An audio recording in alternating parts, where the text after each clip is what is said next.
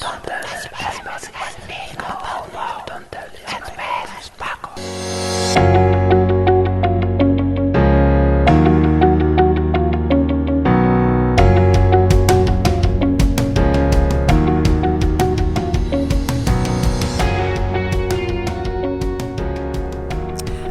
Hello, everyone. Welcome to Between the Stripes with Dijon and Chermo. And today we are going to talk about this whole impeachment / Ukraine scandal that's engulfed Washington for like the past couple weeks, and whether or not Donald Trump should be impeached over it, whether or not this is a big nothing, whether or not Joe Biden is, the real culprit, all that stuff. I think Trump should be impeached over this. He should have been impeached a long time ago. A long time ago for violating the emoluments clause of the Constitution, where you're not allowed to take donation from foreign governments. He's been doing that through his hotels. So that's a violation of the Constitution. He should have been impeached over that. Even with the Russian collusion thing with the leaked emails, he's like, and his son's working with Russia to get dirt on Hillary Clinton campaign. That should have been impeachment. That's the justification for impeachment. And this is not his first time working with a foreign government to get like information on his opponents. Yeah, Russia, if you have those emails, please. Exactly. Like, you said it on TV. Exactly. Then on top of that, with the FBI thing, why did he fire the FBI director? Because of the Russian invest. He said it live on TV. Yeah, he's like, well, I had the Russia thing on my mind. Yeah, so that's why I had to fire him. That's what's it called? Yeah. I mean, in all fairness, I didn't like James Comey. I thought the way he handled a whole bunch of things was just very sloppy. Yeah. But with this, see, I've always been on the fence about impeachment because I'm like, I don't know if Republicans can really get behind it. I don't think they will. I don't know if anybody in America will really get behind it over, I guess, little issues. So, and plus the whole Mueller report, I don't feel like a lot of people read it because it's 400 pages.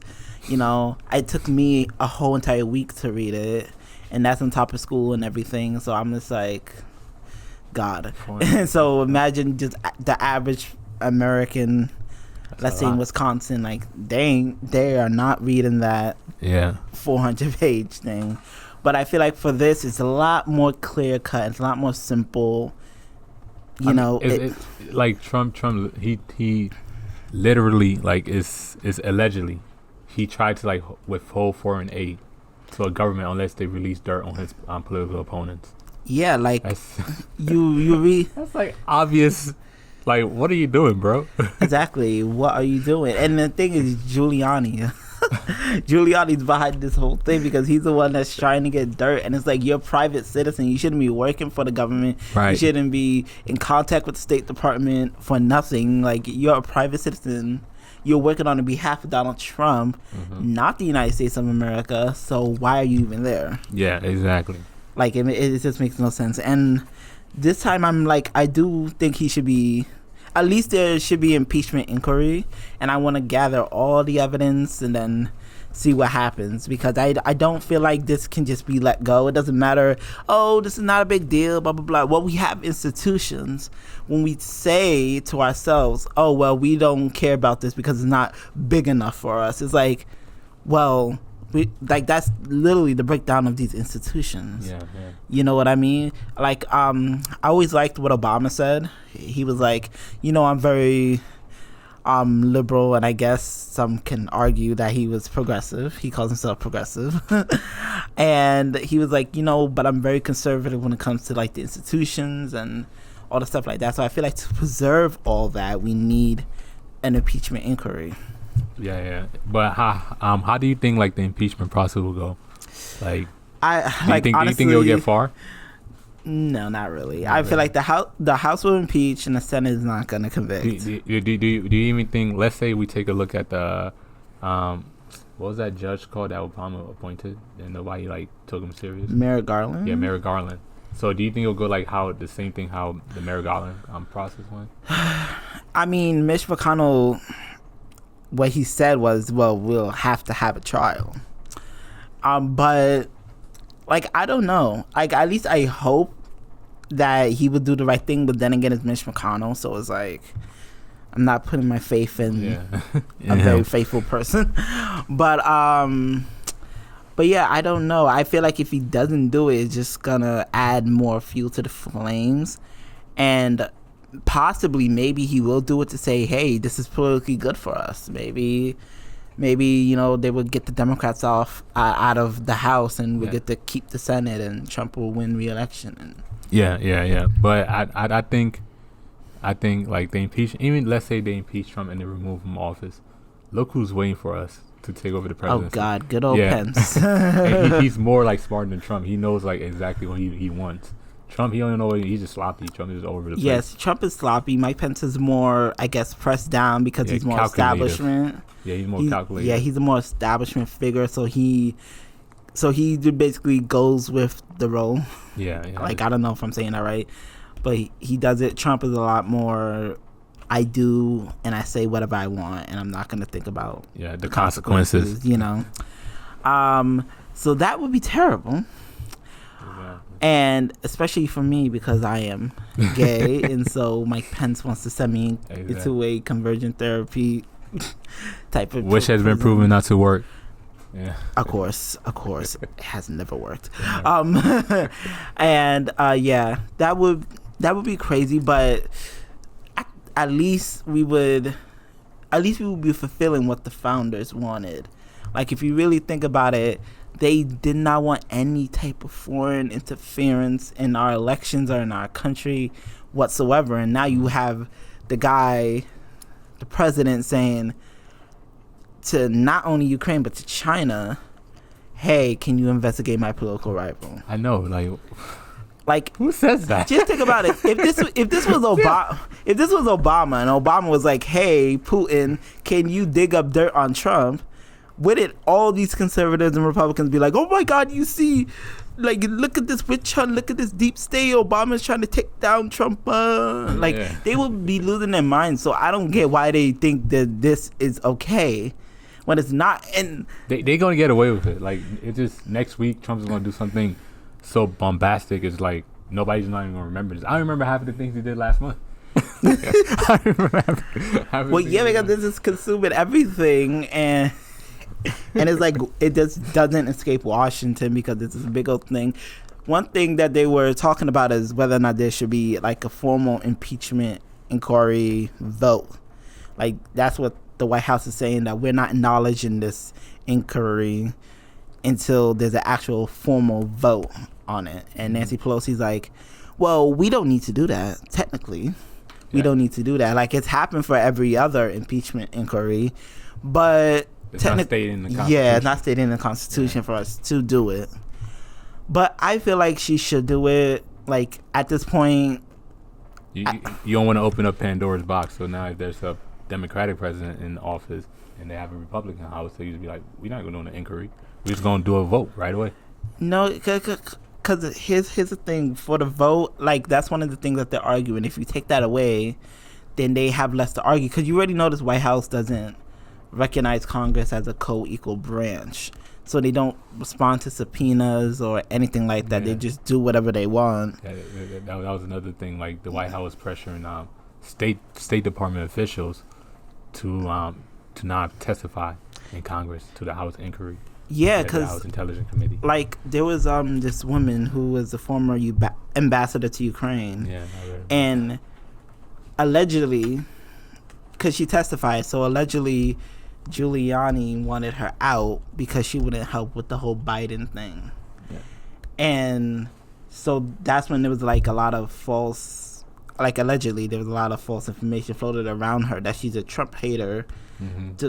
And they were saying this to pressure Trump into firing her because she won't do what Giuliani wanted, which is pressure the Bidens.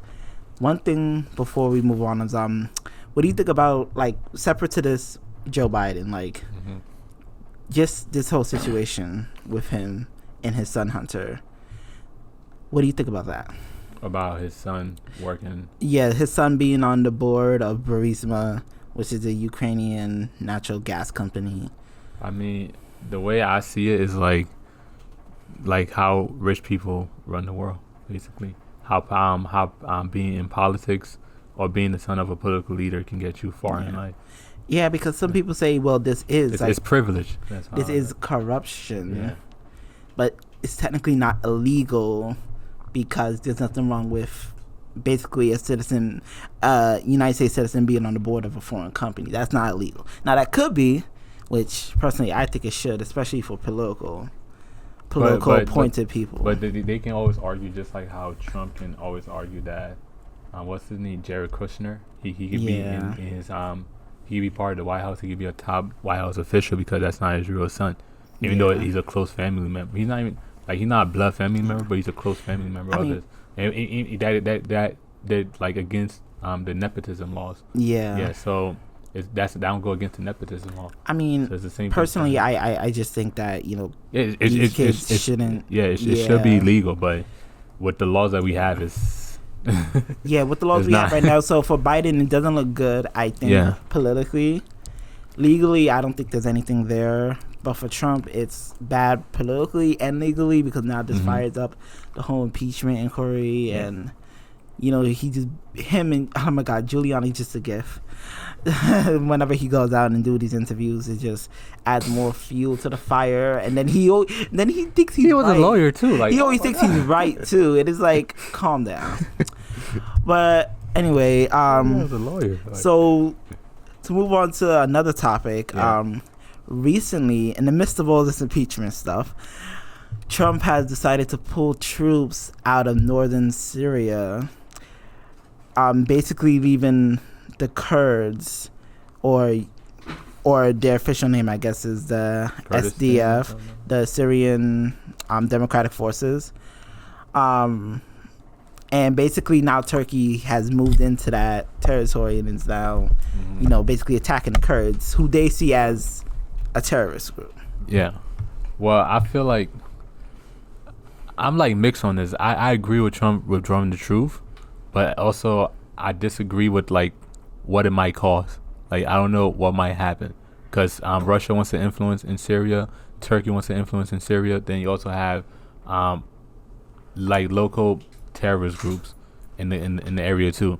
So it's like the U.S. pulling out that could help us like get away from all these endless wars and stuff. All these war and terrorism that we just wasting a whole bunch of money on defense budget and things like that. Bringing the troops back home could save us money that way.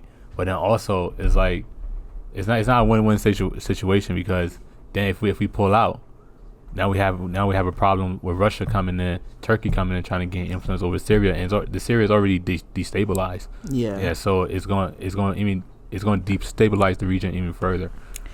Yeah, like for me, I am on the fence about it too because I am a very end the endless wars type of guy. Like I really wanted to get our troops out of the Middle East. I think we went in, we tried it didn't work. Let's come back home. Yeah.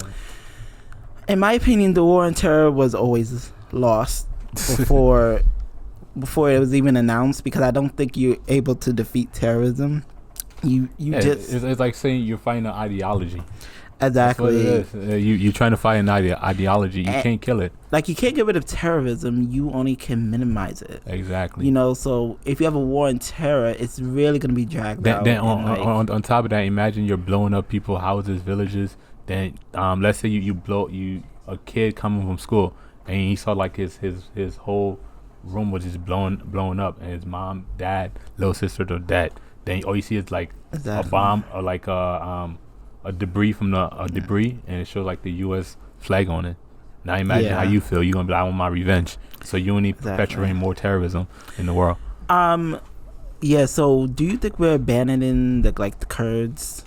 The Kurds? Yeah. If we are basically leaving them to die to fend for themselves, to be murdered by Turkey.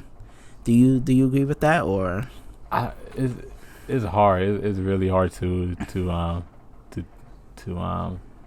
don't know how to put it, but it's like I think we're not. I think if we support them like diplomatically instead of militarily, then we're not abandoning them. If the Trump administration like go to the UN Security Council and says we recognize like the self-determination of the Kurds, and to have their own nation or autonomy in Turkey and in Iraq and Syria, then yeah. But if they don't do that, then we are abandoning them. Yeah.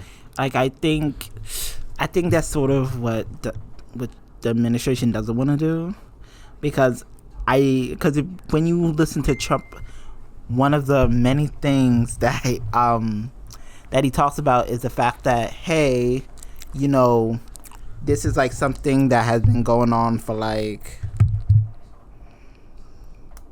so many years, and we are getting ourselves bogged down into something that's probably not the best for us. Yeah.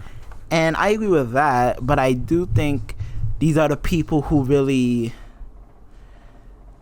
helped defeat ISIS. Like, I mean, when you really think about it, when the United States was going around looking for allies, looking for all this stuff, the Kurds were the ones who, you know, kind of stepped up, mostly for their own reasons, but they, you know, stood up and they were actually, you know, fighting for the United States. Yeah. And I think for us to kind of just pull out so quickly too, without giving a little bit of a consideration for the Kurds themselves, I think it's a little bit. It's like, damn. Yeah, it's kind of like, damn, like. It's like thank you for your help, not bye. Exactly, and then you're leaving them to Turkey because you know Turkey's a actual country who don't like them. Yeah, don't like them. Like, we're talking about a country versus a militia, exactly. An army versus a militia, and it's like with like drones, jets. Yeah, all that. Missiles. Yeah, like I just don't like the idea of just leaving them there to be killed by Turkey. Yeah. But I know Turkey's given like an ultimatum saying, well, all these people are upset, but you know, we took in so many Syrian refugees, which they did. They took like somewhere in the 3.1s or something billion. Yeah, I mean, no, million. I'm sorry, not billion. Million. Yeah, that's million. more than China right there. They can fit that much people in that country. Million. But anyway, they took a lot, and so it's like, so basically what they're saying is like, well, you guys don't like it. Well, guess what? We're just gonna send these refugees to your place then. Yeah, we're gonna let them pass through. They go right into Greece, and now it's the EU's problem. It ain't our problem anymore. Yeah.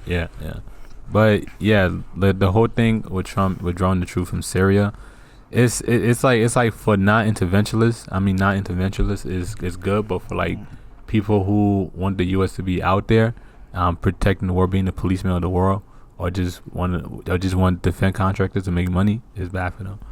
Yeah, because now you have like Lindsey Graham and Liz Cheney. Like Liz Cheney out of all people, like, but you know, I mean, I'm just saying because these are sort of the warmongers, you know what I mean? Like the only Republican I think that's really supporting Trump is like Rand Paul, but Rand Paul is a very non-interventionalist Republican. Like, he's like, you know, we do need to get out of these wars, and I do agree. I think there's just a way you have to do it. I don't think you have to do it this way. And the thing about it is funny, because after this, the Pentagon announced that they're sending like over 1,000 troops to Saudi Arabia. Oh yeah, with the Iran problem. Yeah, so it's like, are we really getting out of the Middle East? Nah. Oh, definitely not. No, that's not happening anytime soon. Yeah, especially oil companies, you gotta make that money. You gotta protect the oil. Yeah, exactly. You gotta get extracted out. You gotta protect the oil, the interests, all that other stuff. Yeah. So I guess they could protect Saudi Arabia, but not the Kurds. Exactly. There's more money behind Saudi Arabia. Yeah, exactly. So yeah, this was a very interesting, conversation. Let's just see what happens with the impeachment and the troops and all that stuff. And if anything happens, we'll be right here to discuss it. All right. So thank you guys for joining us. This was Between the Stripes with Dijon and Charmo. And we'll see you guys later. All right.